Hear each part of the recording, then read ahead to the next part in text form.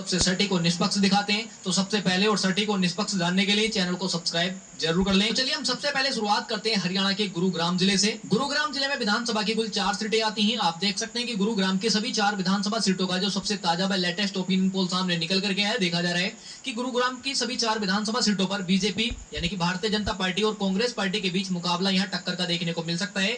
ये कहें कि गुरुग्राम की सभी 4 विधानसभा सीटों पर बीजेपी और कांग्रेस के बीच यहाँ दो सीटों पर बंटवारा देखा जा सकता है। ये कहें कि मुकाबला यहाँ बहुत ही टक्कर का देखने को मिल सकता है। अब इसी के साथ बात करते हैं नुहिया मेवात जिले की। नुहिया मेवात जिले में विधानसभा की कुल 3 सीटें हैं। देखा जा रहा है कि भारतीय जनता पार्टी का यहाँ खाता भी खुलने की कोई संभावना नहीं दिखाई दे रही है। कह सकते हैं कि नुहिया मेवात जिले में भारतीय जनता पार्टी शून्य सीटों पर सिमटती हुई नजर आ रही है। वहीं कांग्रेस पार्टी की बात करें तो 3 सीटें, जबकि हम हरियाणा के क्षेत्रीय दलों की बात करें तो यहाँ कोई भी सीट जाती नहीं दिख रही, यानी कि शून्य सीटों पर यहाँ सभी क्षेत्रीय पार्टियां सिमटती हुई नजर आ रही है। नूह जिले में कांग्रेस पार्टी को यहाँ काफी ज्यादा बढ़त मिलती हुई नजर आ रही है। कह सकते हैं कि नूह की सभी 3 सीटें कांग्रेस गठबंधन के खाते में जाती नजर आ रही है। अब बात करते हैं इसी के साथ हम कुरुक्षेत्र की। कुरुक्षेत्र में विधानसभा की कुल 4 सीटें हैं। आप देख सकते हैं कि कुरुक्षेत्र की सभी 4 विधानसभा सीटों का जो सबसे ताजा व लेटेस्ट ओपिनियन पोल सामने निकल करके है, देखा जा रहा है कि कुरुक्षेत्र की सभी 4 विधानसभा सीटों में से भारतीय जनता पार्टी की बात करें तो 2 सीटें जाती नजर आ रही है। वहीं कांग्रेस की बात करें तो 1 सीट और अन्य दल की बात करें तो यहाँ 1 सीट जाती नजर आ रही है। इस प्रकार कह सकते हैं कि कुरुक्षेत्र जिले में बीजेपी को यहाँ भारतीय जनता पार्टी को काफी ज्यादा बढ़त मिलती हुई नजर आ रही है। अब बात करते हैं इसी के साथ हम हरियाणा के अगले जिले करनाल के।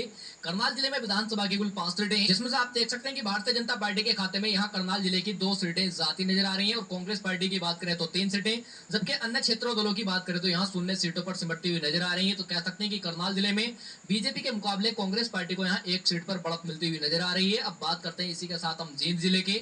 जींद जिले में विधानसभा की कुल 5 सीटें हैं। आप देख सकते हैं कि जींद की सभी 5 विधानसभा सीटों में से भारतीय जनता पार्टी की बात करें तो यहाँ 1 सीट जाती नजर आ रही है। वहीं कांग्रेस पार्टी की बात करें तो 3 सीटें, जबकि एक जेजेपी के खाते में जाती नजर आ रही है, यानी कि जींद जिले की 1 सीट जेजेपी के खाते में जाती नजर आ रही है। तो जननायक जनता पार्टी के खाते में जींद जिले की 1 सीट देखने को मिल सकती है, जबकि जींद जिले में कांग्रेस पार्टी को यहाँ काफी ज्यादा बढ़त मिलती हुई नजर आ रही है। अब बात करते हैं इसी के साथ हम हिसार के।